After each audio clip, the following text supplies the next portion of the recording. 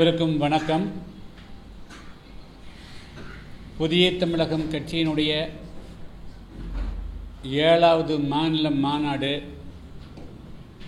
2026ஆம் ஆண்டு ஜனவரி 7ஆம் தேதி அன்று மதுரையிலே நடைபெற இருக்கிறது. இந்த மாநாட்டில் 2026 சட்டமன்ற தேர்தல் உட்பட பல்வேறு முக்கியமான அம்சங்கள் குறித்தான தீர்மானங்கள் நிறைவேற்றப்படும். மேலும் இந்த மாநாட்டில் கலந்து கொள்வதற்கு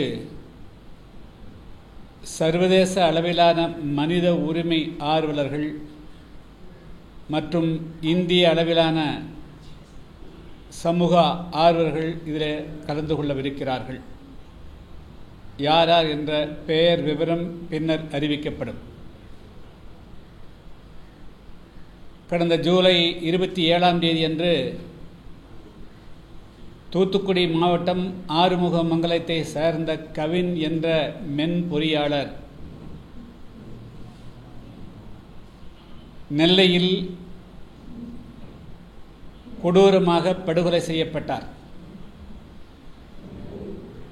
ஏறக்குறைய அந்த நிகழ்வு நடந்து ஒரு மாதமாகிறது.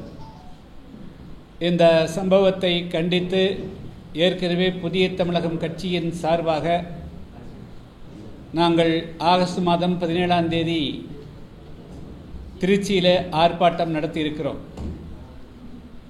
மிக முக்கியமாக இந்த ஆணவ கொலைகளை தடுப்பதற்கு மாநில அரசு உடனடியாக ஒரு சட்டத்தை இயற்ற வேண்டும். அதன் மூலமாக இந்த ஆணவ கொலைகள் தடுக்கப்படுவதோடு மட்டுமின்றி அந்த கொலையிலே ஈடுபடக்கூடியவர்கள் யாராக இருந்தாலும் அவர்கள் தண்டிக்கப்படுவதற்கான சரத்துக்களும் உள்ளடக்கிய சிறப்பு அம்சங்களோடு அந்த சட்டம் இயற்றப்பட வேண்டும் என்று வலியுறுத்தி 2வது கட்டமாக தமிழ்நாடெங்கும் அனைத்து மாவட்ட ஆட்சியர் அலுவலகங்கள் முன்பாக செப்டம்பர் மாதம் 17ஆம் தேதி புதிய தமிழகம் கட்சியின் சார்பாக இந்த ஆர்ப்பாட்டம் நடைபெற இருக்கிறது.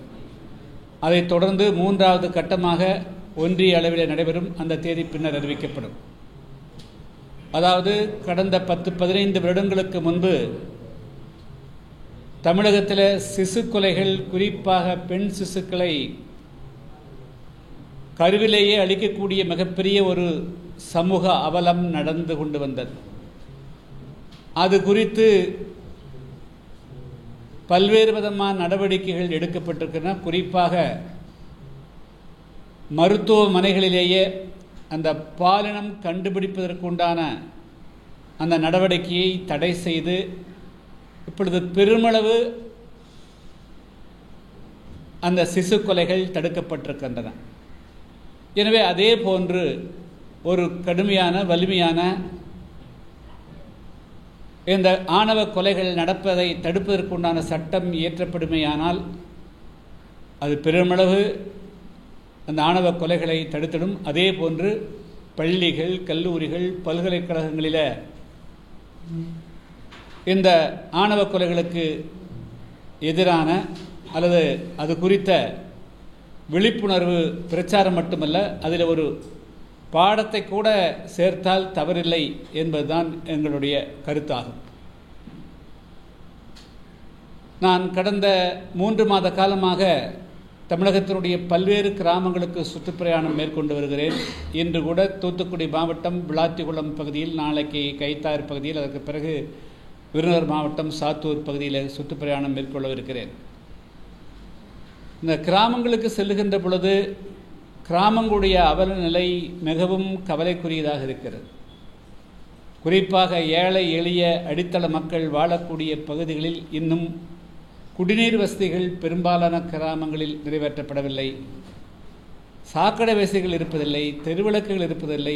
எண்ணற்ற கிராமங்களில் கடந்த 10 தினங்களுக்கு முன்பு மதுரை மாவட்டம் சோழவந்தான் சட்டமன்ற தொகுதிக்கு உட்பட்ட அலங்காநல்லூர் மற்றும் வாடிப்பட்டி ஒன்றியங்களிலே சுற்றுப்பிரயாணம் மேற்கொண்டேன். எண்ணற்ற கிராமங்களிலே இன்னும் இந்த மக்களுக்கு ஒரு வீட்டு மனை கூட கிடையாது. அதாவது 3 சென்ட் நிலத்தில் கட்டப்பட்ட வீட்டில் 12 குடும்பங்கள் வாழக்கூடிய அவல்நிலை இருக்கிறது. இதையெல்லாம் கவனிக்காமல் எப்படி இருக்கிறார்கள், ஆட்சி செய்கிறார்கள் என்று ஒரு மிகப்பெரிய கேள்வி எழுகிறது. எனவே இதையெல்லாம் உடனடியாக சரி செய்ய வேண்டும். குறைந்த அந்த நாட்டினுடைய பிரஜைகள், இந்திய குடிமக்கள், தமிழ்நாட்டு மக்கள், தமிழர்கள் என்று சொல்வதற்கு குறைந்தபட்சம் ஒரு 3 சென்ட் வீட்டு மனை கூட மக்களுக்கு சொந்தமில்லை என்பது மிகவும் கவலைக்குரியதாக இருக்கிறது. மேலும் இந்த 100 நாள் வேலை கடந்த 20 வருடங்களுக்கு 25 வருடங்களுக்கு மேலாக இந்தியா முழுமைக்கும் அமலாக இருக்கிறது. ஆனால் இப்பொழுது அந்த 100 நாள் வேலை கொடுப்பதற்கே லஞ்சம் கொடுக்கக்கூடிய அளவுக்கு பல ஒன்றியங்களில், ஸ்ரீவைகுண்டம் ஒன்றியம், அதே போல் கருங்குளம் ஒன்றியம், மானூர் பகுதியில், அதே போல் சங்கரங்கோயில் ஒன்றியத்தில், அதே போல் வாசம ஒன்றியத்தில் என்று பல பகுதிகளில் அந்த மக்களுக்கு இந்த மாதிரி மறைமுகமாக அவர்களுக்கு அழுத்தம் கொடுக்கிறார்கள்.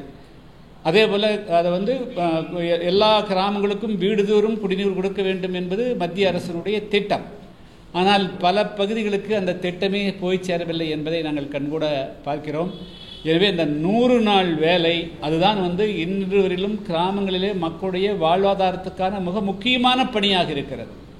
ஆனால் அந்த 100 நாள் வேலையை கொடுக்காமல் அந்த மாதத்துக்கு 2 நாள் 3 நாள் 4 நாள் மட்டுமே வேலை கொடுக்கிறார்கள். அதனால் பல ஏழை எளிய மக்கள் மிகப்பெரிய பாதிப்புக்கு ஆளாகிறார்கள்.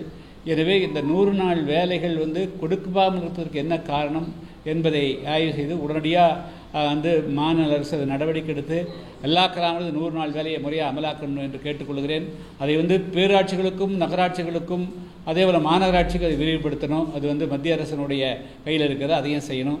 எனவே இது தேவைப்பட்டால் இந்த மாதிரி 100 நாள் வேலையில் குளறுபடிகள், வேலை கொடுக்காமல் இருப்பது, அதே போல் இதுக்கு லஞ்சம் கேட்பது, ஒருவருக்கு வேலை கொடுத்து விட்டு அந்த சம்பளத்தை 2 பேர் பகிர்ந்து கொள்ளுங்கள் என்று சொல்லக்கூடிய பல முறைகேடுகள் நடைபெறுகிறது. இது தேவைப்பட்டால் புதிய தமிழகம் கட்சியின் சார்பாக அதுக்கு ஒரு போராட்டத்தை தனியாக நடத்த வேண்டியிருக்கும். அது நாங்கள் ஒரு 15 நாள் 1 மாத காலம் அவகாசம் கொடுக்கிறோம். மாநில அரசு இதை சரி செய்யவில்லை என்று சொன்னால் அதற்கு நாங்கள் போராட்டம் நடத்துவோம். மேலும் தமிழ்நாட்டில்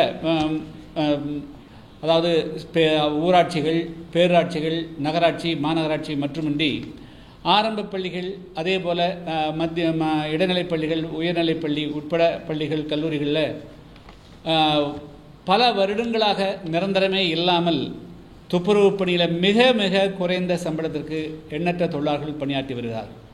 அவர்கள் பல்வேறு எல்லோருமே ஒரே சமுதாயத்தை சார்ந்தவர்களாக இல்லை, பல்வேறு சமுதாயத்தை சார்ந்தவர்களாக இருக்கிறார்கள். இது அதே போல் விடுதிகள், மாணவர் விடுதிகளில், ஆனால் அவர்களுக்கெல்லாம் ஒரு நிரந்தரமான பணியோ அல்லது அவர்களுக்கு ஒரு கௌரவமான வாழ்வாதாரத்துக்கு உண்டான சம்பளமோ கிடைப்பதில்லை. இப்பொழுது சென்னை மாநகராட்சி தூய்மை பணியாளர்கள் ஏறக்குறைய 1 மாத காலத்துக்கு மேலாக தங்களுடைய பணியை நிரந்தரம் செய்ய சொல்லி வலியுறுத்தி வருகிறார்கள். அதைத் தொடர்ந்து மதுரை, நெல்லை, கோவை போன்ற பகுதிகளிலும் அந்த கோரிக்கைகள் எழுந்து வருகிறது. சமூக நீதி என்பது முதல்ல வாழ்வாதாரம் தான் மிக முக்கியம். அந்த வகையில் சமூகத்தினுடைய கடைக்கோடு இருக்கக்கூடிய அந்த பணியில் இருக்கக்கூடியவர்களுக்கு உண்டான பணி நிரந்தரத்தை மாநில அரசு உறுதிப்படுத்தணும். அதே போல் அவருடைய வாழ்வாதாரத்துக்கான குறைந்தபட்ச சம்பளத்தை கொடுக்க வேண்டும் என்பது என்னுடைய வேண்டுகோளாகும். இதில் இந்த நேரத்தில் அந்த தொழிலாளர்களுடைய போராட்டங்கள், அதாவது உச்சகட்டமாக இருக்கிற போது சில அமைப்பை சார்ந்தவர்கள் அது அந்த பணிகளை நிரந்தரம் செய்ய வேண்டியதில்லை என்றெல்லாம் சொல்லுகிறார்கள். இதெல்லாம் பட்டுக்கோட்டைக்கு வெளியே கேட்டால் கொட்டைப்பாக்கு விலை என்ன என்று சொல்வதைப் போல இவர்களெல்லாம் அது சமூகத்துக்கு துரோகம் செய்யக்கூடிய வகையில் சில பேருடைய அறிக்கைகள் அமைந்திருக்கிறது. அதெல்லாம் கண்டனத்துக்கு உரியது. அடுத்தது மத்திய அரசு ஒரு சட்டத்தை கொண்டு வந்திருக்கிறார்கள். அதாவது நாடாளுமன்றத்தில் அண்மையில், அதாவது பதவியில் இருக்கின்ற போது, அது பிரதமராக இருந்தாலும், மத்திய அமைச்சர்களாக இருந்தாலும், முதலமைச்சர்களாக இருந்தாலும், மாநில அமைச்சர்களாக இருந்தாலும், யார் பதவியில் இருக்கின்ற பொழுது சிறையில் கைது செய்யப்பட்டு 30 நாளுக்கு மேலாக அவர்கள் சிறையில் இருக்கக்கூடிய சூழ்நிலை வந்தால் அவர்களுடைய பதவி தானாக பறிபோய்விடும் என்ற ஒரு சட்டத்தை கொண்டு வந்திருக்கார்கள். இது வரவேற்கணும். ஏன்னா இந்த இந்தியாவெங்கும், அதுவும் குறிப்பாக தமிழ்நாட்டில் ஊழல் மலிந்திருக்கக்கூடிய இந்த வேளையில் இது நிச்சயமாக தங்களை கட்டுப்படுத்துவதற்கு யாருமே இல்லை, கேள்வி கேட்பதற்கு யாருமே இல்லை என்ற அந்த ஒரு மனநிலையை மாற்றி அந்த ஊழல் செய்வதற்கு ஓரளவுக்காவது இதை கட்டுப்படுத்தும் அப்படிங்கிறது எங்களுடைய பார்வை. அதனால் அந்த சட்டம் வந்து சரியானது, அதை வந்து வரவேற்கிறோம். அடுத்தது நீங்கள் எதாவது கேள்வி தான் கேளுங்க.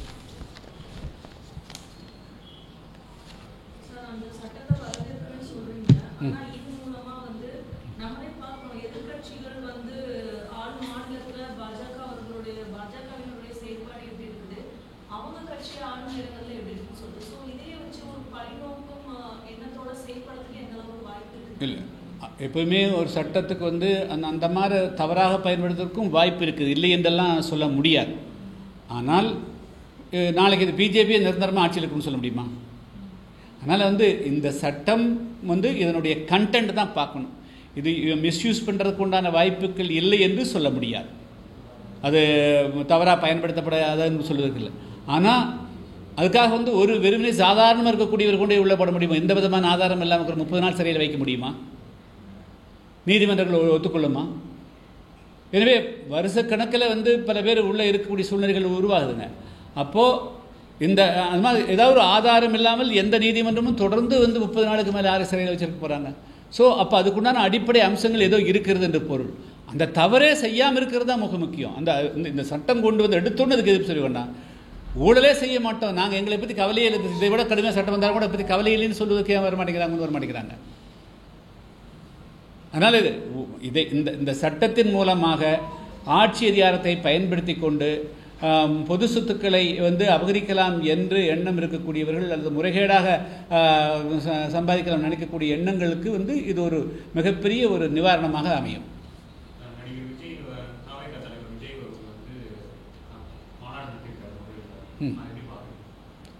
மாநாடு வெற்றிகரமாக நடத்திக்கிறாரு, வாழ்த்துக்கள்.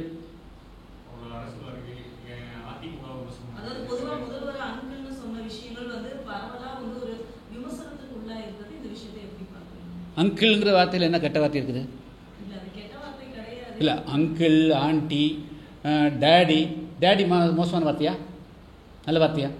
டேடி நல்ல வார்த்தையாக்குற போது அங்கிள் மோசமான வார்த்தை எப்படி ஆயிரும்? இல்லை, டேடி நல்ல வார்த்தையாக்குற போது அங்கிள் எப்படி மோசமானதாக முடியும்? அப்போ என்னென்ன வார்த்தை தமிழில் வந்து நல்ல வார்த்தை, என்னென்ன வார்த்தை கெட்ட வார்த்தைன்னு ஒரு டிக்ஷனரி கொடுத்துட்டாங்கன்னா எல்லாருக்குமே சொல்லி இதை பயன்படுத்தக்கூடாதுன்னு சொல்லிடலாம். நான் அப்படி சொல்ல, டேடி, அப்புறம் மம்மி, ஆச்சுங்களா, ஆண்டி, அங்கிள், பிரதர், ப்ரோன்னு சொல்லி கொடுக்குறீங்களா? இதெல்லாம் நல்ல வார்த்தையா கெட்ட வார்த்தையான்னு முதல்ல வந்து ஒரு டிஸ்கஷன் பண்ணி கவர்மெண்ட் அறிவிச்சதுன்னா அப்புறம் அதுக்கு பிறகு நம்ம வந்து இது கெட்ட வார்த்தையா நல்ல வார்த்தையான்னு சொல்லலாம்.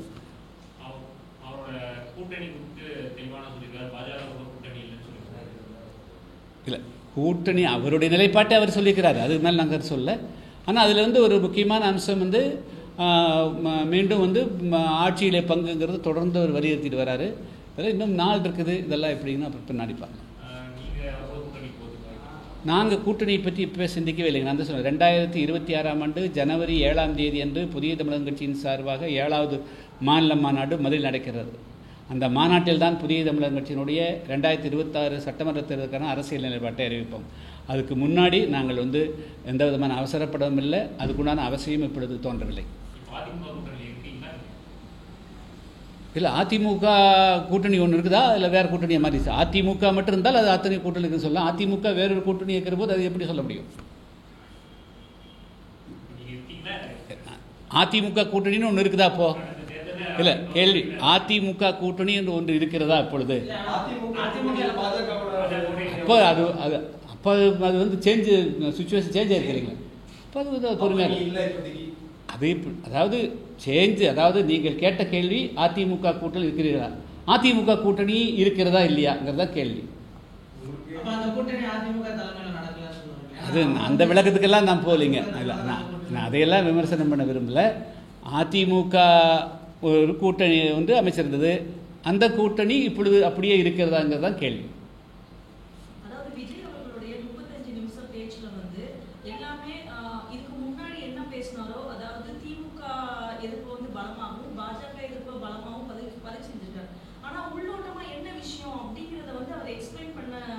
தவறிட்டாருன்னு ஒரு ஜேர்னலிஸ்டா நம்ம பார்க்க வேண்டியதா இருக்கு. நீங்க அதை எப்படி பாக்குறீங்க? பொதுவாக இப்போ இஸ்லாமியர்களுக்கு அப்படிங்கும்போது பாஜக வந்து சுட்டி காட்டுறாரு. ஆனா என்ன விஷயத்துல அப்படிங்கறத அவர் மென்ஷன் பண்ணல. சோ இந்த மாதிரி அப்ப ஆணவ படுகொலை பத்தி அவர் பேசல, தூய்மை பணியாளர் பத்தி பேசல. சோ இதை நீங்க எப்படி பாக்குறீங்க? இல்லை, மாநாடு அப்படின்னு சொன்னால் அந்த மாநாட்டில் பல்வேறு விஷயங்கள் குறித்து தெளிவுபடுத்த வேண்டிய பொறுப்பு அந்த கட்சிக்கு இருக்கிறது. அது அவர்கள் வந்து என்ன ஃபார்முலா வச்சுருக்கிறாங்கன்னு நமக்கு தெரியாது. இப்போ நாங்கள் ஒரு மாநாடு போட்டோம்னா இல்லை வேறு எந்த கட்சினா ஒரு நாள் நடக்கும், 4 மணி நேரம் 5 மணி நேரம் 6 மணி நேரம் பேசுவாங்க, பலரும் பேசுவாங்க, பல்வேறு விஷயங்கள் இருக்கும். அவங்களுடைய அப்ரோச் எப்படிங்கிறது அது வந்து நம்ம கருத்து சொல்ல முடியாது. இன்னும் அது வந்து இன்னும் நாள் போக போக அவங்க என்ன பேசுகிறாங்க அப்படிங்கிறது. 2வது மாநாடு தானே போட்டிருக்கிறாங்க. பொறுத்திருந்து பார்ப்போம். இன்னும் அரசியலில் இன்னும் 8 மாத காலம் இருக்குதுங்க, பொறுத்திருந்து பார்ப்போம். அரசியலிலும் என்னோட தலைவர் வந்து எம்ஜிஆர் அப்படின்னு சொல்லியிருக்காரு, அதுக்கு அடுத்தது விஜயகாந்த் அப்படின்னு சொல்லியிருக்காரு. நான் அவங்க பார்க்குறதெல்லாம் நம்ம சொல்கிறேன். அவர் ஒரு பாதையை ஒரு கோடு போட்டு அவர் போயிட்டே இருக்கிறார். அது வந்து அது எப்படி இருக்குங்கிறது அவங்க கட்சிக்காரரும் அவர் தான் முடிவு பண்ணணும். நாம் அதை பற்றி விமர்சனம் செய்ய முடியாது. அவர் வந்து எடப்பாடி ஒரு கட்சி என்பது தலைவர் என்பது சாதாரணமாக வர முடியாது. ஒரு மரம் மாதிரி வளர்ந்து ஒன்றுனா வந்து காய்கறி பூ கொடுத்து காய்கறி வரணும். இது எடுத்த உடனே நான் சிஎம் தான் வரணும் அப்படின்ற ஒரு கனவு காட்டுறாரு. இது நினைக்காது. இந்த மாதிரி ஒரு அரசியல் வந்து இப்படி வர முடியாதுன்னு சொல்கிறாரு. எடுத்த உடனே வர முடியாது. தமிழ்நாட்டில் வந்து இதுக்கு வித்து போட்டது யாருங்க? திரைப்படங்கள் மூலமாக பெறக்கூடிய செல்வாக்கை பயன்படுத்தி அரசியலுக்கு நுழையக்கூடிய அந்த ஒரு கருத்தை அந்த மாதிரி ஒரு தன்மையை வந்து தமிழகத்தில் உருவாக்குறது யாரு? அப்புறம் எம்ஜிஆர் மட்டும்தானா? அப்புறம் ஏன் இவரை மட்டும் காயின் பண்ணுறீங்க? தமிழ்நாட்டில் வந்து கடந்த 70 வருஷம் என்ன நடக்குது அதெல்லாம் கம்ப்ளீட்டாக அனலைஸ் பண்ணுங்க. இவரை மட்டுமே டார்கெட் பண்ணுறீங்க. நான் அதுக்காக அவர் இது சொல்ல. டார்கெட் பண்ணுற போது முறையாக பேலன்ஸாக இருக்கணும், பயாஸ்டு இல்லாமல் இருக்கணும். தமிழ்நாட்டினுடைய அரசியல் திரை மாயை வைத்து தானே கடந்த 70 வருஷமாக கட்டப்பட்டிருக்குது. அதுதானே எங்களுடைய பார்வை. இப்போ அதனால் வந்து ஒருத்தரை மட்டும் பார்க்க வேண்டாம். எல்லா தமிழ்நாட்டில் திரை மேலே தான், திரையுலகத்தின் மேலே தான் அந்த மாயை, அந்த செல்வாக்கு, அதை வச்சு தான் தமிழ்நாட்டினுடைய அரசியலே கட்டப்பட்டிருக்குது. இல்லை, நான் சொல்ல என்னுடைய கருத்து சொல்கிறேன். நான் அவருடைய கருத்து காட்டுறேன். அதிமுகவே அவர் விமர்சிச்சிருக்காரு. அந்த எப்படி வளர்ந்த கட்சி இப்போ யாருக்கு இருக்கு அப்படின்ற மாதிரி. சார் இங்கே பாருங்க, எந்த கட்சியுமே விமர்சிக்காமல் ஒரு கட்சி புதுசாக தோண முடியுமா? யாரையுமே விமர்சிக்காமல் எப்படி சார் வந்து எல்லாத்தையும் தான் விமர்சிப்பாங்க. எங்களை கூட தான் விமர்சிக்க வாய்ப்பு இருக்குது. அதுக்காக நாங்கள் வந்து வருத்தப்பட்டுக்க முடியுமா? என்ன சொல்கிறீங்க? அதனால் வந்து அரசியலுக்கு அவர் வர்றாரு, எல்லாத்தையும் விமர்சித்தானே அப்புறம் அவர் தன்னை காண்பிக்க முடியும். அது செல்லுபடியாகுமா இல்லையா, களத்தில் நிற்க முடியுமா இல்லையா, அது எல்லாரும் ஏற்றுக்கொள்வார்களா இல்லையா என்பது வேறு பிரச்சனை. அது எல்லாரும் ஏற்றுக்குவாங்களா, எல்லாரும் இதை வந்து அவர் சொல்கிறதெல்லாம் ஏற்றுட்டு அவர் பின்னாடி போயிடுவாங்களா அப்படிங்கிறதெல்லாம் அது வேறு பிரச்சனை.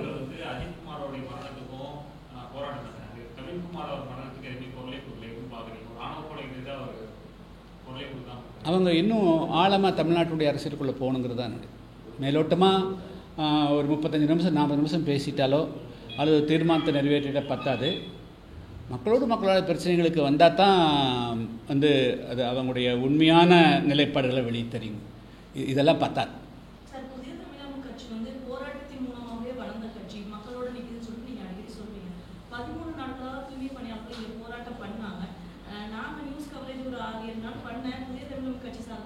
நான் வந்து லாஸ்ட் ப்ரெஸ் மீட்டுக்கு முன்னாடி காலையில் 10:30 மணிக்கு ஒரு ப்ரெஸ்ஸும் கூட நீங்கள் வரமாட்டேன்ட்டீங்க. நான் அதனால தான் போயிட்டேன். நான் வந்ததே பார்க்குறதுக்காக ஒரு ப்ரெஸ்ஸும் கூட அன்றைக்கி வந்து இவருடைய பிறந்தநாள், யாருடைய கலைஞர் பிறந்தநாள் எல்லாம் போயிட்டீங்க. நான் அறிக்கை கொடுத்துருக்குல்ல.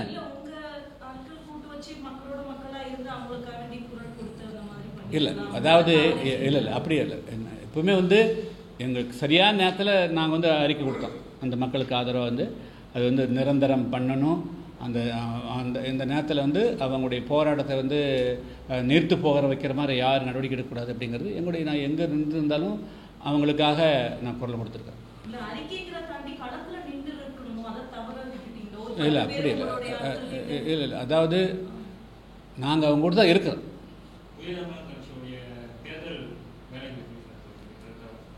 நாங்கள் தொடர்ந்து வந்து களத்தில் வந்து இப்போ இன்றைக்கும் கூட 14 கிராமம் போகிறேங்க, நாளைக்கு 16 கிராமம் போகிறேன், அதுக்கு பிறகு 20 கிராமம் போகிறேன்.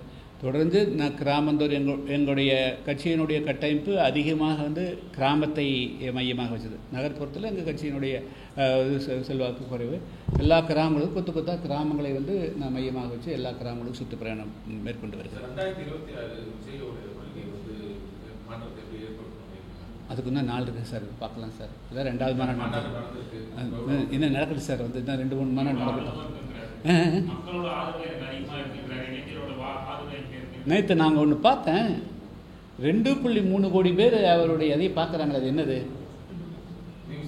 நியூஸ்? என்னது? அவர் ஒன்றுமே இல்லைங்கிறாங்க. ஆனால் 2.3 கோடி பேர் நேற்று சாயந்தரம் 8 மணி வரையிலும் பார்க்குறாங்க.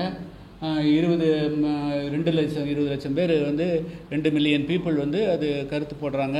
அதெல்லாம் என்ன? What is this? அனலைஸ் பண்ணுங்கள். இல்லை இல்லை அதாவது ஒரு சாதாரணமான ஒரு துண்டு தானே, ஒரு நிமிஷம் 2 நிமிஷம் இருக்கக்கூடியது. அதையே 2.5 கோடி பேர் பார்க்கக்கூடிய அளவுக்கு தமிழ்நாடு இந்தியா ஃபுல்லாக பார்க்குறாங்க அப்படின்னா, அது உலகம் ஃபுல்லாக பார்க்குறாங்கன்னா அதனுடைய என்ன, what is the impact of that? அது வந்து ஒரு ஸ்டடி பண்ணி தான் சொல்லணும்.